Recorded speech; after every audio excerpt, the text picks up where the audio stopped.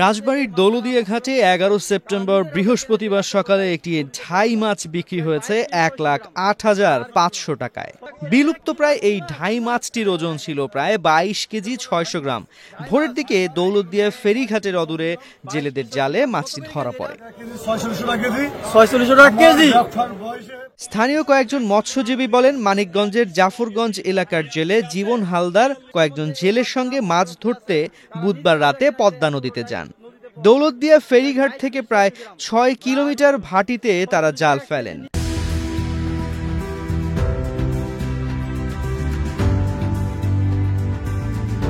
ভোর 5টার দিকে তাদের জালে বড় ধরনের ঝাঁকি দিলে বুঝতে পারেন বড় কিছু একটা আটকা পড়েছে।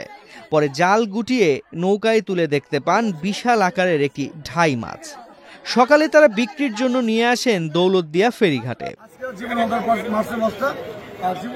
বিলুপ্ত প্রায় ঢাই মাছটির ওজন ছিল প্রায় 22 কেজি 600 গ্রাম।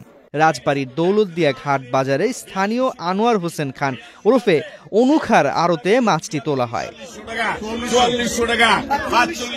পরে বিক্রির জন্য নিলামে তোলা হলে সর্বোচ্চ দরদাতা হিসেবে ফেরিঘাট এলাকার মাছ ব্যবসায়ী শাহজাহান শেখ মাছটি কেনেন। দাম পড়ে 1,08,000 টাকা।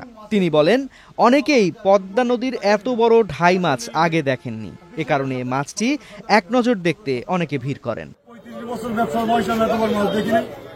গোয়ালন্দ বাজারের গাড়ি চালক সোহানুর রহমান বড় ঢাই মাছের কথা শুনে দ্রুত গাড়ি নিয়ে মাছ দেখতে যান।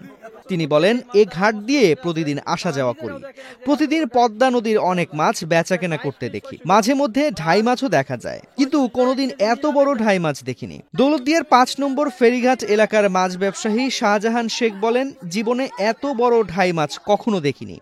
এর সঙ্গে তিনি যোগ করেন, মাছটি বিক্রির জন্য তিনি ফেসবুক সহ সামাজিক যোগাযোগ মাধ্যম ও বিভিন্ন পরিচিত ব্যক্তিদের সঙ্গে মুঠোফোনে যোগাযোগ করতে থাকেন। নারায়ণগঞ্জ এলাকার বাসিন্দা কানাডা প্রবাসী জাহিদুল ইসলাম মাছটি কেনার আগ্রহ প্রকাশ করেন।